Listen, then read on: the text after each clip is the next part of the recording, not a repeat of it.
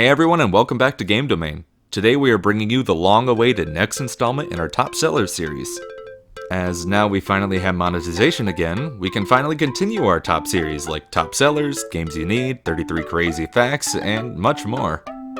So be sure to stay tuned for the next 33 Crazy Facts, which has become a fan favorite among you guys. It should be coming out in the next few weeks, so stay tuned. Our previous Top Sellers was on the home console, the Nintendo 64. And with this episode, we are going to be reverting it back a little bit to the handheld side of Nintendo consoles, which for the most part are dominated by one specific Nintendo franchise, the one that has that bright yellow mascot. I wonder who that could be. Well, in any case, I guess you'll just have to wait and see. The Nintendo 3DS is arguably the most groundbreaking handheld console in Nintendo's history, as it gave us so much more than just a 3D screen, which probably would have been enough for our love anyway. The 3DS also might just hold the widest variety of games of any console ever, just due to the fact of the sheer amount of virtual console games for you to work your way through.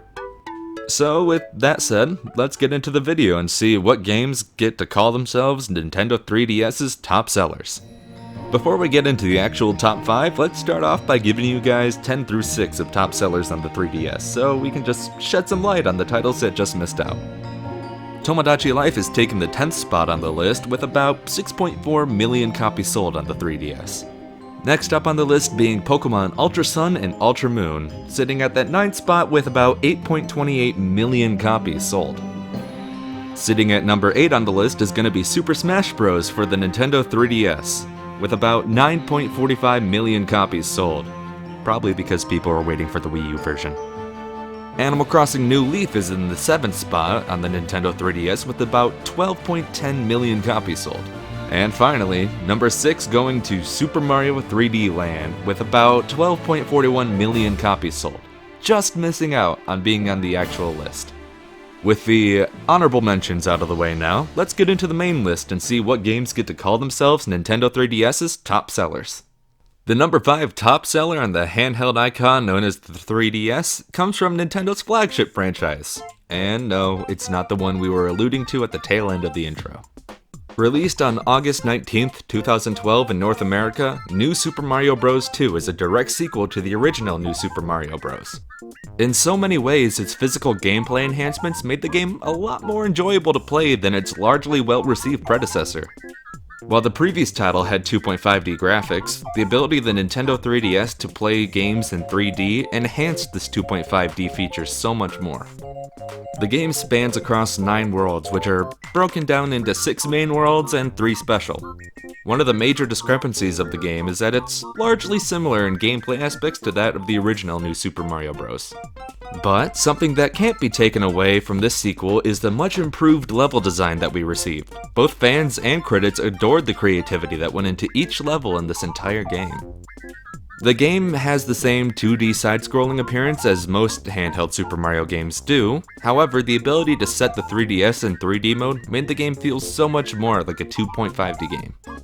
The 3D in the 3DS games is something that's really hard to explain how it appears, as you can only really see what it looks like if you have the game in front of you with your own eyes, so we'll leave the feel of this game up to memory and imagination. New Super Mario Bros. 2 was able to sell about 13.08 million copies worldwide, and making it Nintendo 3DS's 5th top seller. The 4th top seller in the Nintendo 3DS is a personal favorite nostalgic-filled game by some of us here at Game Domain. Well, actually it's really just one person here at Game Domain. Hey guys, this is the note from the writer, and this game is literally one of the greatest remakes of all time, as it is the remake of the first game I have ever played. Oh, I don't think I was supposed to read that part. Well, at least we gotta give him credit at one point. Anyway, let's just get back on track here.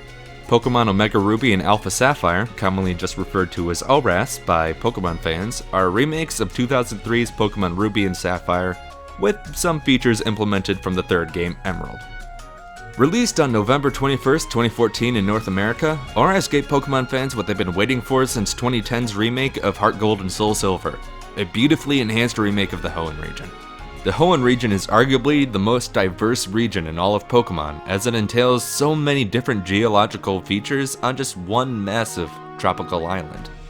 The region has 2 mountains, one being the massive fire-breathing Mount Chimney, and the other being the Pokemon Graveyard Mountain sitting on its own island, Mount Pyre, which has one of the coolest musical themes in all of Pokemon.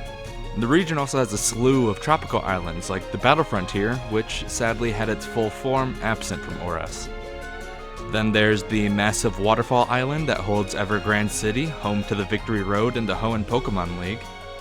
Then of course there's the coolest designed city in all of Pokemon with Sootopolis City, which sits inside a massive crater. And this isn't even accounting for all of the different tropical rainforest routes like Route 119 and Route 120.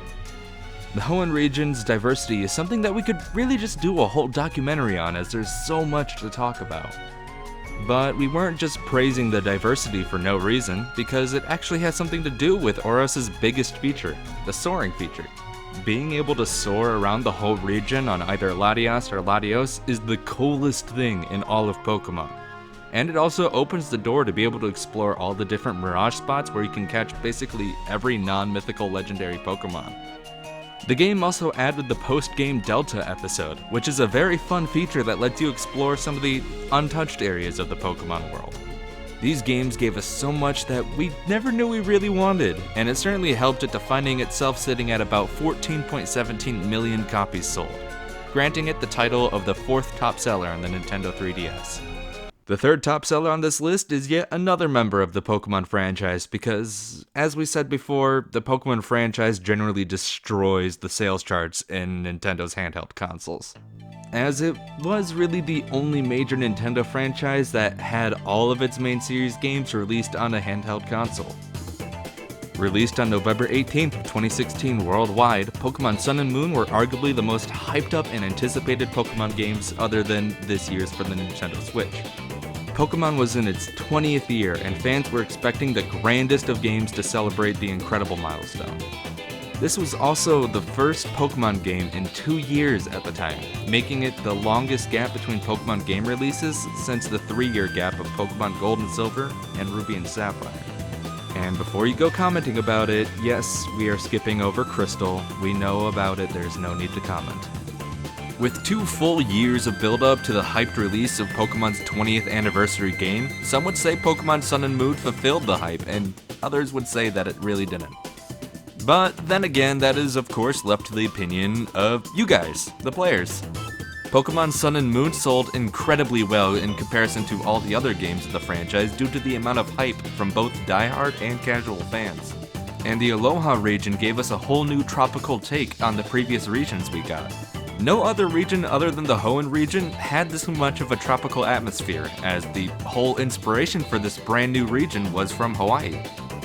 The game's story is fairly linear and bland, and suffers from the hardcore fanbase argument that Pokemon is getting too linear and easy. Sun and Moon were a bright spot for the Pokemon franchise, as both generations 5 and 6 kinda got a lot of flack from the old-style hardcore fanbase. And these hardcore fans seem to look at this game like a call to the past of sorts, with much more clever Pokemon designs and a classical-feeling region. The games also had some Cantonian fan service, with references to the first region, as well as the appearance of Red and Blue at the entrance to the Battle Tree. Pokemon Sun and Moon hyped its way to about 16.14 million copies sold, and it finds itself on the 3rd top seller list for the Nintendo 3DS. The runner-up on the top seller list is yet another Pokemon title, and it is in fact the last one. Pokemon X and Y was released worldwide on October 12th of 2013, and the French-inspired region has been open to a wide amount of criticism from the fanbase. Just barely edging out Pokemon Sun and Moon in sales, X and Y are the first games to suffer from the critique of a pure linearity and overall easiness found in the Pokemon games. I mean, in this game you don't even have a competitive rival, and at first it's hard to even figure out who your rival is. But one of the major positives out of this game is the secrecy of the evil team, Team Flare. This team is one of the more developed out of the series, and Lysandre's secrecy in hiding the fact that he is the head leader of Team Flare is something that all of us loved on our first playthrough.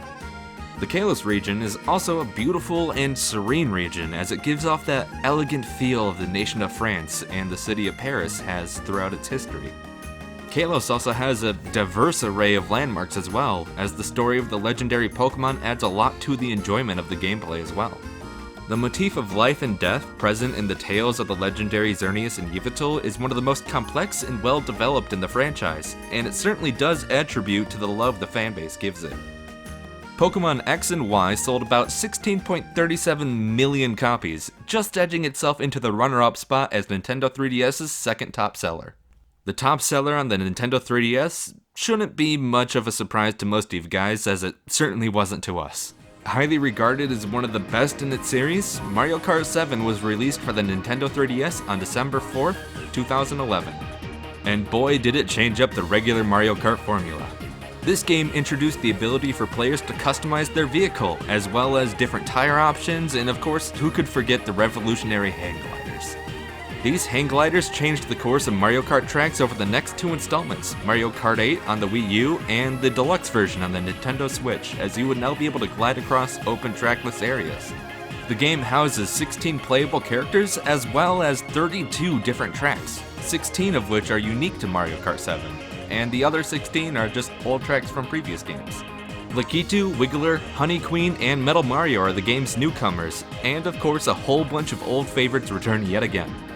Mario Kart 7 is the perfect embodiment of a handheld Mario Kart, and it is certainly deserving of being revered as one of the series' best titles and arguably most revolutionary. Mario Kart 7 sold 18.11 million copies and is officially crowned as Nintendo 3DS's top seller. Thanks for watching today's episode of Top Sellers. Do keep in mind that this list is literally just statistical data. It's not our opinion or ranking all of the games on the 3DS, but rather just the statistical top 5 best-selling games on the console. However, do let us know what 3DS games are your favorite, and if you were shocked at any of the games being a top seller or not being one. And while you're down there tapping away, be sure to leave a like and subscribe if you haven't already, and check out some of our more recent videos, which we'll leave links to in the description, as well as to our Patreon and Discord. Check out our Patreon where you can donate to our cause and contribute to the great videos we produce. Some benefits of becoming a patron member include seeing future videos a day early and having your name displayed at the end of our content. Our Discord is also open to you guys to come and chat with our staff members and each other about gaming, so don't be afraid to join. We have great discussions about gaming topics in our Discord, and it's a great way to communicate and even play with fellow gaming fanatics and viewers of our channel. We also have links to our merchandise stores in the description where you can purchase an array of Game Domain merch ranging from mousepads to even phone cases. Be sure to stay tuned for more top sellers and other great content, and thanks for watching today's edition of Top Sellers.